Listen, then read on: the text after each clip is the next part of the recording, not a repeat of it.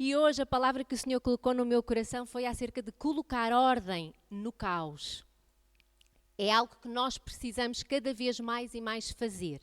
E para poder entrar na palavra, hoje nós vamos ter uma introdução um pouquinho maior do que normalmente acontece. Mas é só para vos poder dar uma base para o que nós vamos fazer a seguir, para vos dar uma certa analogia daquilo que Deus faz na nossa vida, colocando o caos em ordem.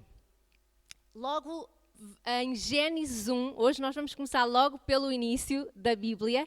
Então, quem quiser seguir connosco, pode abrir em Gênesis 1, versículo 1. E diz assim: No princípio criou Deus os céus e a terra. E a terra era sem forma e vazia, e havia trevas sobre a face do abismo.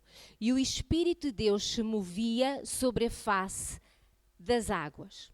E eu quero explicar um pouco acerca do tempo que existiu entre o primeiro versículo e o segundo versículo. Porque no primeiro versículo nós vemos que no princípio criou Deus os céus e a terra. E o segundo diz-nos que a terra era sem forma e vazia. E em traduções mais antigas, na realidade, quando nós vamos buscar mais a palavra original, a terra se formou, ficou, se tornou sem forma e vazia. Então, o que é que aconteceu entre o primeiro versículo e o segundo? Porque a palavra de Deus diz, Ele criou os céus e a terra. E no segundo versículo diz, e a terra ficou sem forma e vazia. Então nós agora temos que andar muitos milhões de anos atrás, nós nem sabemos quanto tempo é que temos que andar para trás, mas nós sabemos que Deus fez várias criações, todas elas diferentes umas das outras e em eras completamente diferentes. Nós sabemos que muito antes do ser humano, muito antes do planeta Terra, Deus criou anjos. Muitas das vezes nós precisamos de ler a Bíblia toda para compreender 2 versículos, porque muitas das vezes Deus não ensina tudo logo de uma vez. Então há coisas que eu vou falar aqui que nós encontramos pistas, encontramos informações em Isaías, em Ezequiel, em Jó, até mesmo em Apocalipse. Mas nós sabemos que em alguma altura Deus criou os anjos.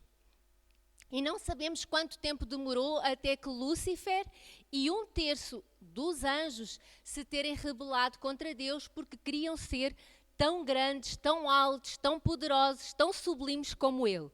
E a Bíblia informa que Satanás com os seus anjos foram expulsos do céu e lançados à terra. Então, em alguma altura também, nós sabemos que Deus já tinha criado a terra. E nós acreditamos que essa é a era em que nós ainda temos dados físicos, palpáveis hoje, de uma criação que existiu anterior à nossa, que é dos dinossauros, a era glaciar.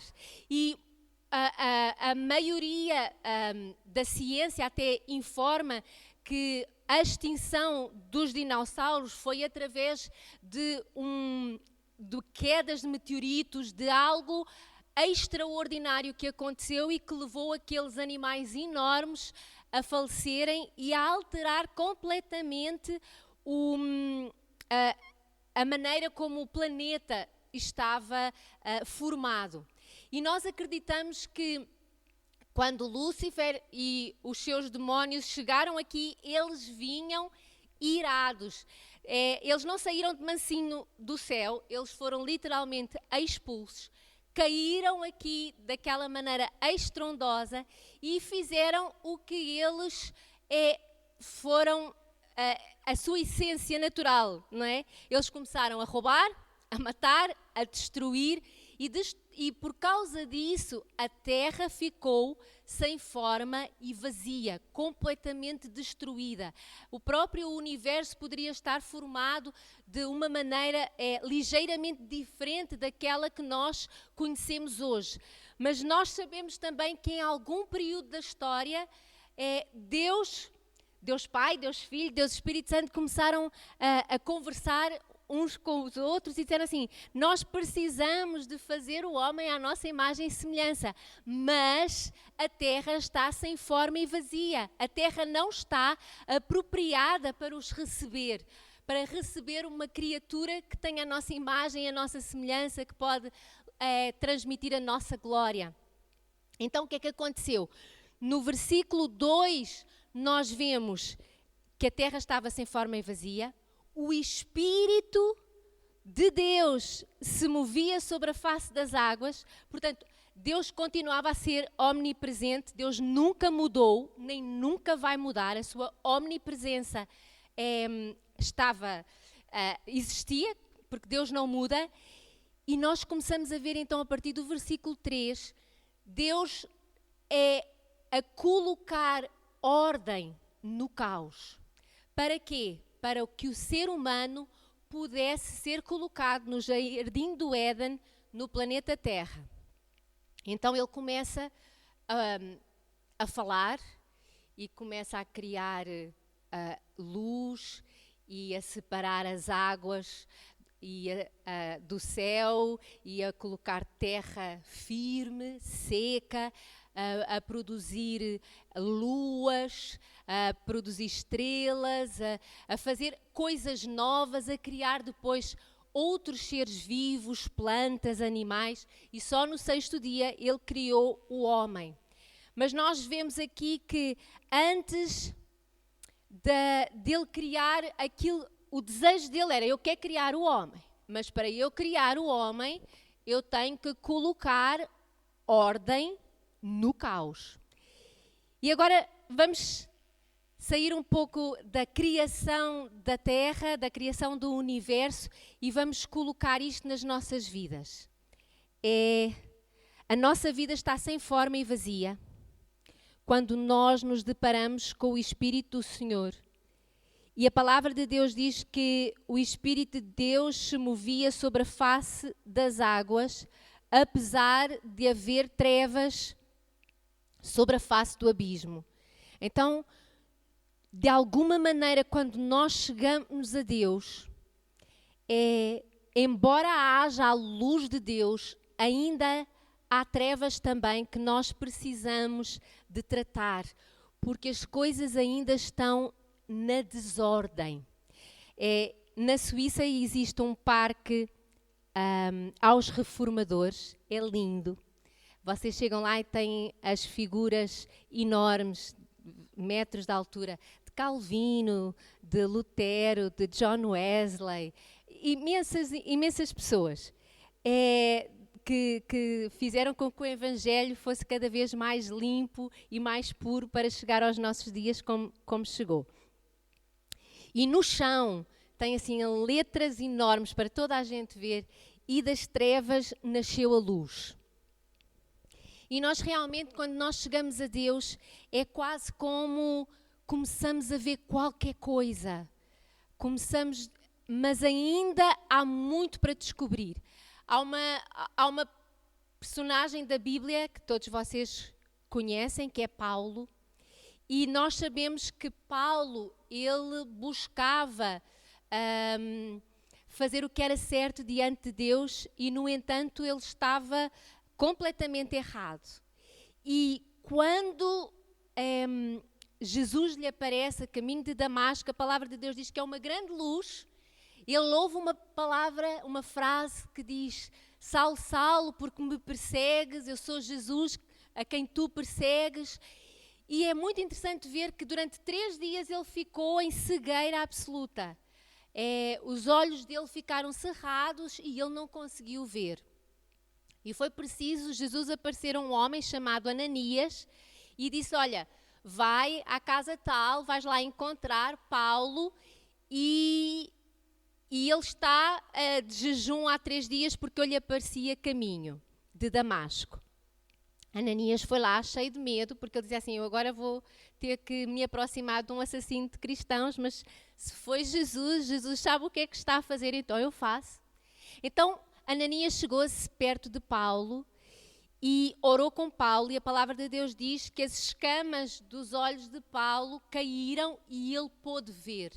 E quando ele viu, coisas novas começaram a suceder na vida de Paulo. Ele foi batizado, ele foi cheio do Espírito Santo e ele recebeu o propósito de vida para ele. Porque Ananias chegou e disse assim, olha, Jesus disse-me que tu vais ser um missionário nas terras distantes, tu vais ser um missionário para os gentios, para aqueles que não são judeus, tu vais ser um vaso de honra, vais ser muito usado por Deus.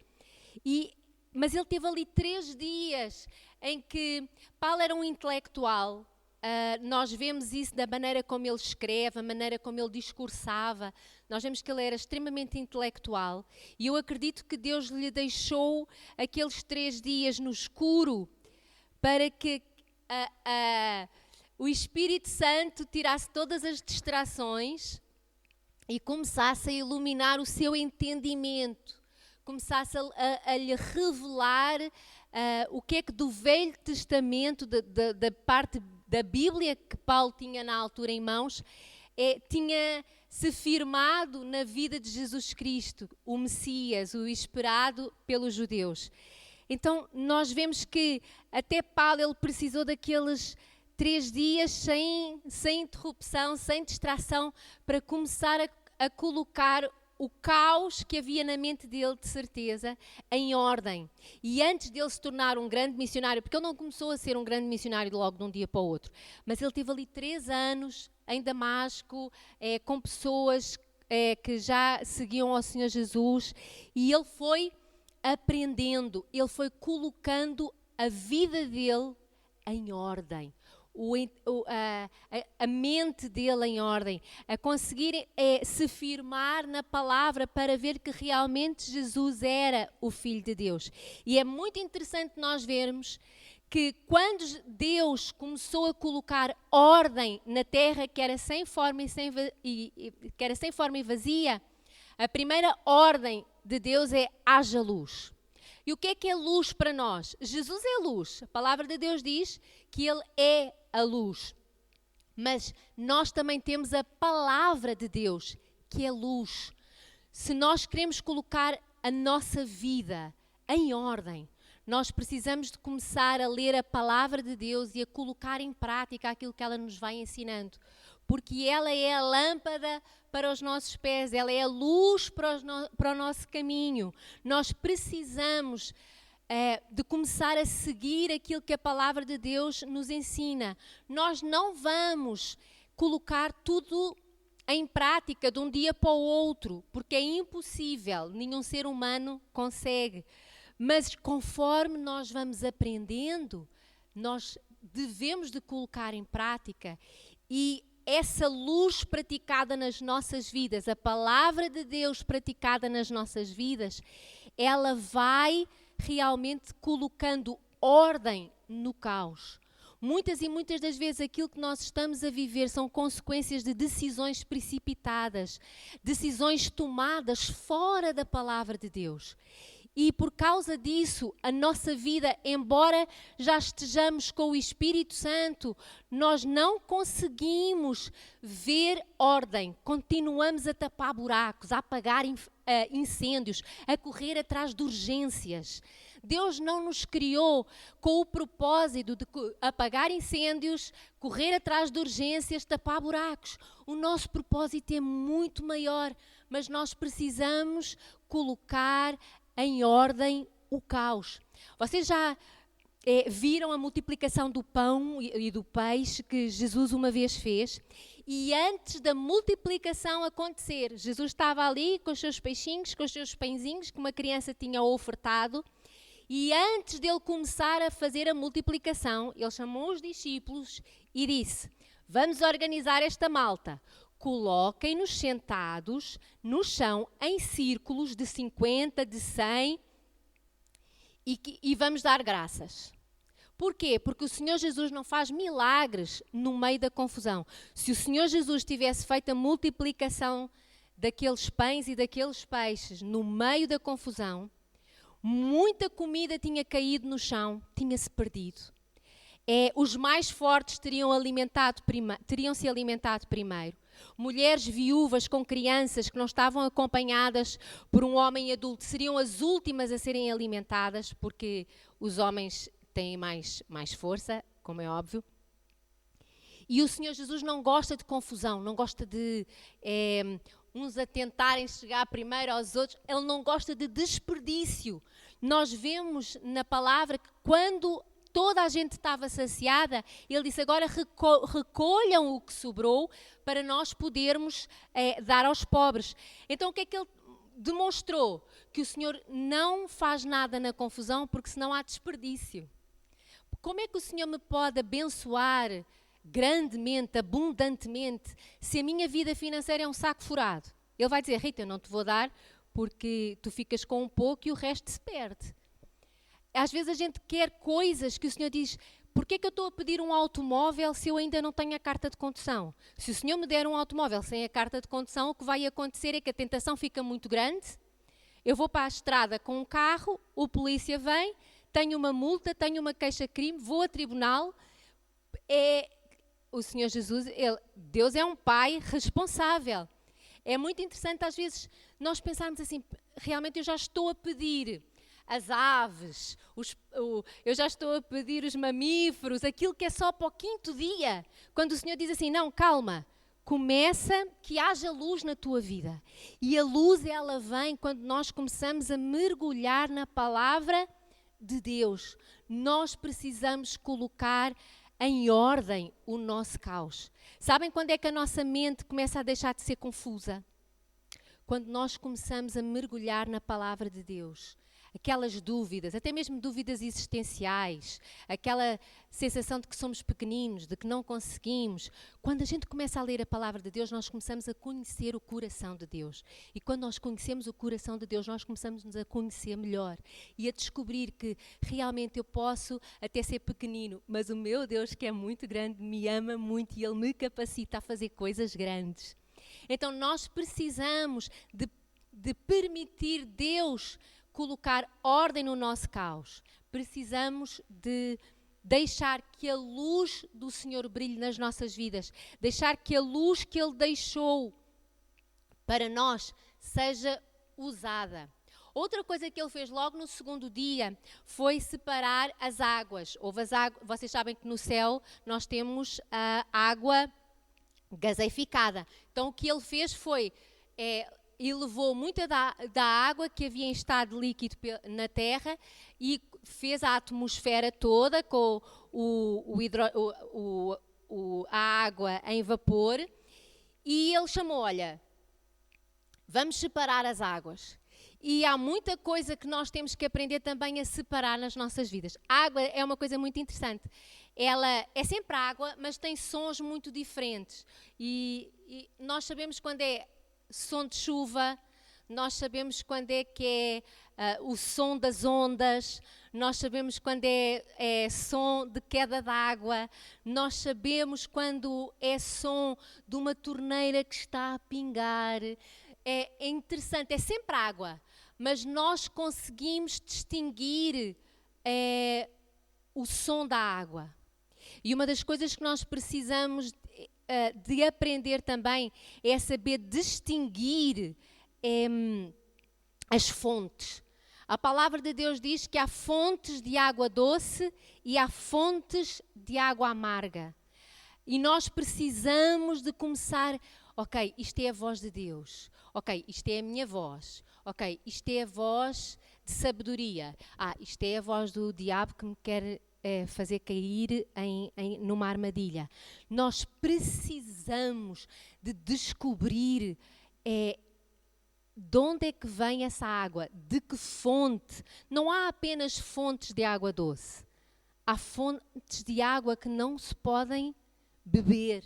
E nós precisamos, para colocar ordem no caos, nós precisamos aprender em Deus a separar as vozes. A palavra de Deus diz que há sabedoria que vem do alto, mas há sabedoria terrena, animal e demoníaca. Há vozes que geram vida e há vozes que geram morte. E nós precisamos de começar a distinguir as fontes. Davi, ele dizia assim, todas as minhas fontes estão em ti. Ele aprendeu a discernir quais eram as fontes de água que ele deveria de ir buscar, a água do Espírito Santo, a água que vem de Deus, e quais aquelas que ele devia de repelir. Nós precisamos de colocar ordem no caos. Para quê? Para podermos ir provando coisas melhores. Às vezes as pessoas dizem, Deus deve estar a preparar uma coisa grande para mim. Deus não está a preparar uma coisa grande para ti. Deus está a preparar-te para uma coisa grande. Nós é que estamos a ser preparados para algo grande. As coisas grandes de Deus já estão preparadas ainda antes de nós nascermos. Lá em Salmos, Davi, ele diz, antes de eu existir, tu já escrevias no livro tudo aquilo que tu querias que eu vivesse, todas as histórias que tu tinhas para mim, para eu viver, todas as aventuras, todos os desafios, todas as vitórias. Então nós precisamos de parar um pouco e dizer assim, não é que Deus esteja a preparar algo para mim. Deus está a preparar a minha vida para receber tudo aquilo que Ele tem. Deus está a colocar ordem no meu caos. E nós precisamos ser humildes para dizer, Senhor, seja feita a Tua vontade e não a minha. Senhor, que eu não vá pelo meu conhecimento humano, mas que eu saiba ser dirigido pelo Teu Espírito Santo. Porque a palavra de Deus também diz que no terceiro dia Ele começou a fazer a terra seca. E terra seca fala de caminho, onde eu posso caminhar. Quando a gente começa a aprender a palavra de Deus, quando nós começamos a saber discernir de onde vêm as vozes, de onde vêm os conselhos, de onde vem aquilo de onde vêm os nossos pensamentos, então o que é que acontece? O caminho começa a ficar mais visível. O profeta dizia que o Senhor aplainava os caminhos tortuosos. Ele começa a nos mostrar. Ele não nos vai mostrar o fim do caminho, mas Ele vai nos mostrando o caminho conforme a gente vai caminhando nele. Porque a vida é um caminho longo. É impossível a gente, quando está na partida, conseguir ver já a chegada, a meta. Mas conforme nós vamos andando, nós vamos vendo o caminho, onde é que nós estamos. E nós precisamos de que o Senhor cada vez mais prepare o caminho e que nós tenhamos este coração que diz, Senhor, coloca ordem no meu caos, ensina-me a dar os passos corretos. Porque quando acontece isso, no quarto dia, Deus ele fez luminares que separavam o dia da noite. Nós começamos a entender os tempos de Deus. Nós conseguimos começar a compreender quando é tempo para a batalha, quando é tempo de descanso, quando é tempo para sonhar, quando é tempo para colocar a mão no arado, quando é tempo para nos ajoelharmos e quando é tempo para ir para a batalha. O Senhor, no quarto dia, Ele separou o dia e a noite, Ele separou os tempos. E quando nós começamos a ver Deus agir na nossa vida, a colocar ordem no caos, nós começamos a entender os tempos de Deus.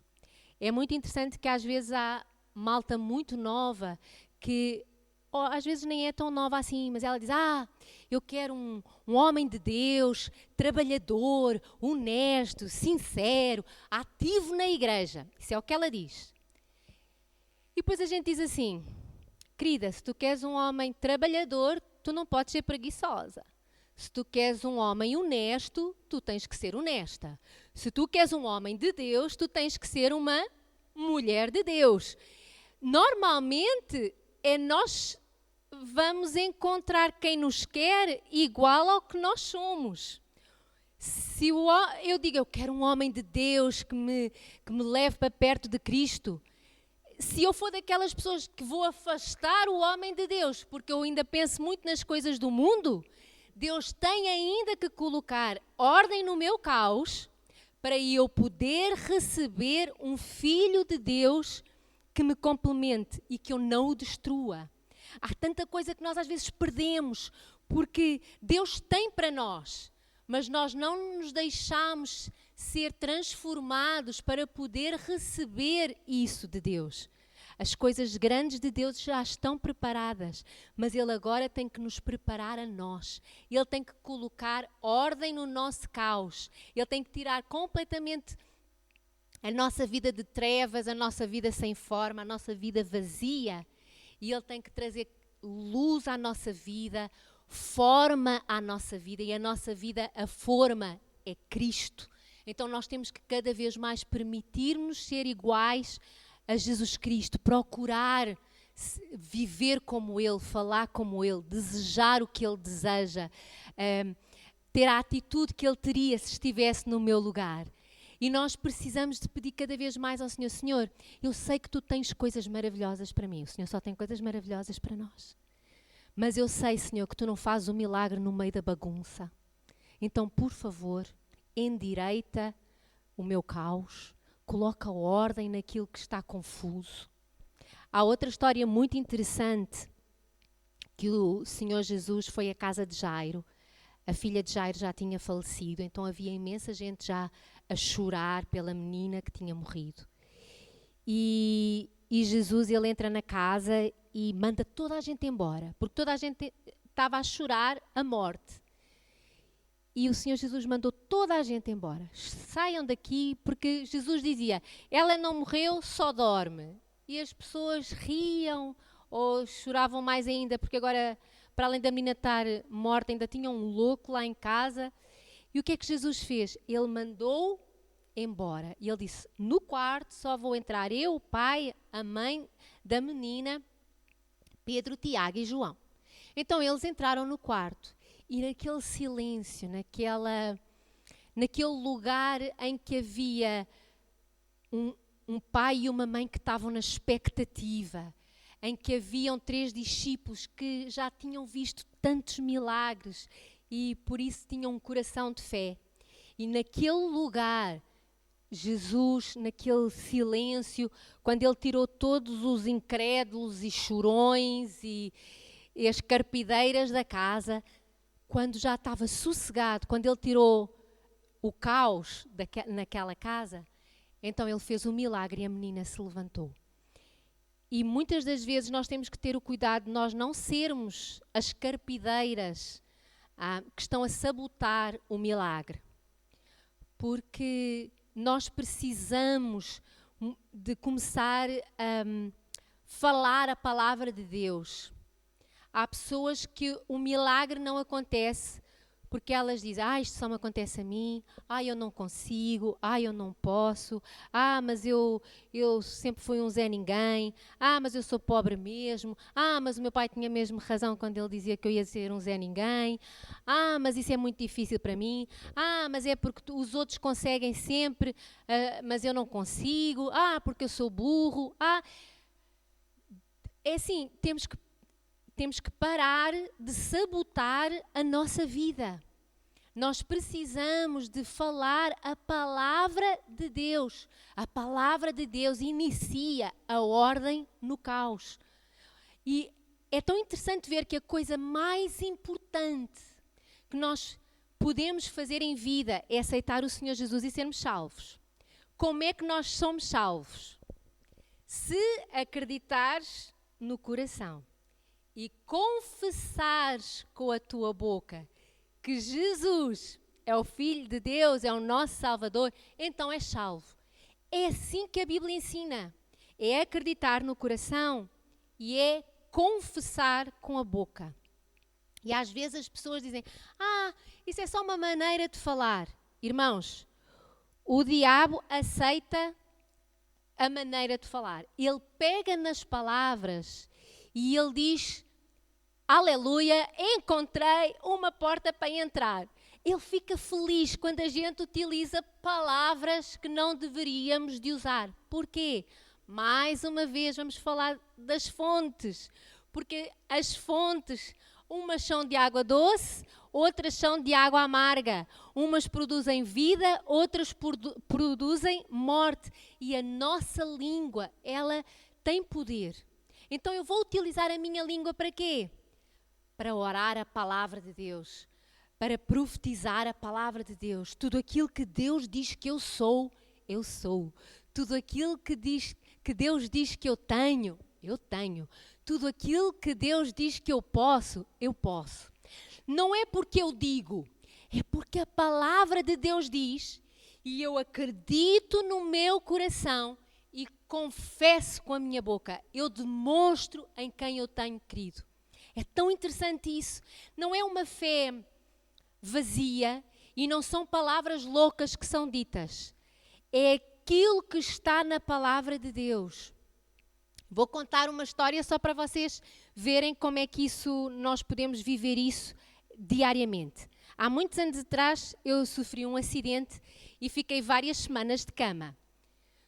Quando me levantaram, depois do corpo estar deitado tanto tempo, o cérebro, quando a gente se vai a levantar, o nosso equilíbrio está completamente louco. Então o que é que acontece? Ficamos muito tontos, também já não temos força para nos levantarmos completamente e precisamos de andar de cadeira de rodas. Então, quando eu saí da cama, não comecei logo a andar. Fui para uma cadeira de rodas, não porque tivesse um problema de pernas, mas principalmente porque estava com um problema de equilíbrio. A palavra de Deus diz que Ele me cura. Eu creio nisso. Então é nessa palavra que eu vou tomar posse. Mas eu não fui insensata a dizer, Deus já me curou, eu já posso andar, e tentar sair da cadeira de rodas e cair espalhada no chão. Mas eu, quando fui da cama para a cadeira de rodas, eu já pude dizer, glória a Deus, o Senhor é que me cura, e eu já vejo a vitória. É como quando o profeta estava a orar para que voltasse a haver chuva. Ele perguntou assim ao seu moço, vai ver se já há chuva, se a chuva vem.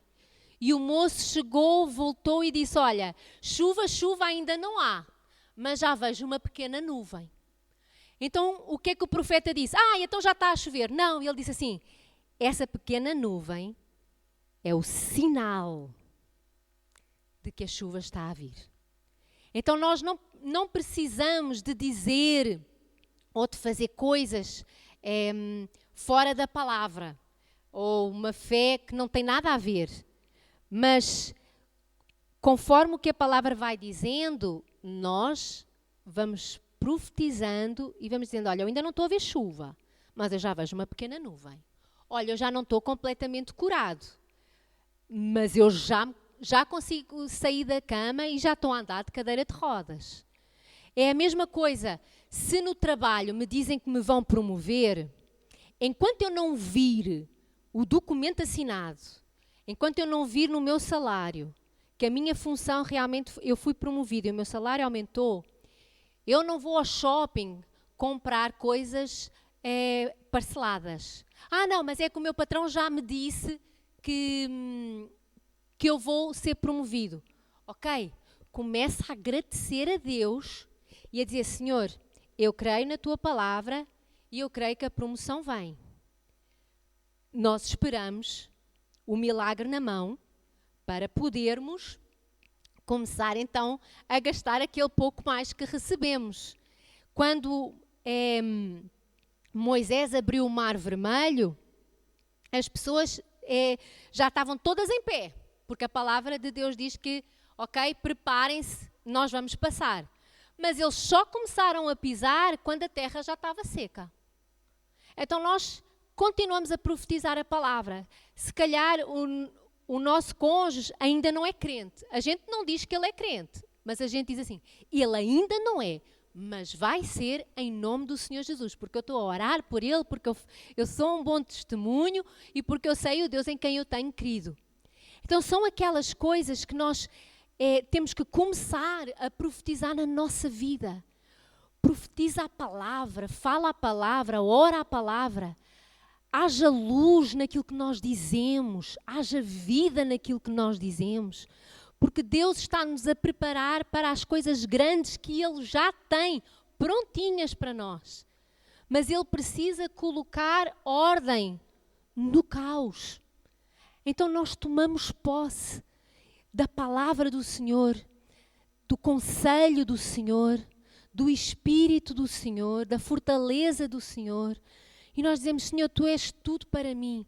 Coloca ordem no meu caos. Dá direção à minha vida. Faz-me andar em terrenos aplainados. Faz-me chegar aos lugares que Tu tens preparado para mim. E esta é a palavra que eu tenho para vocês hoje, que o Senhor tem para vocês hoje.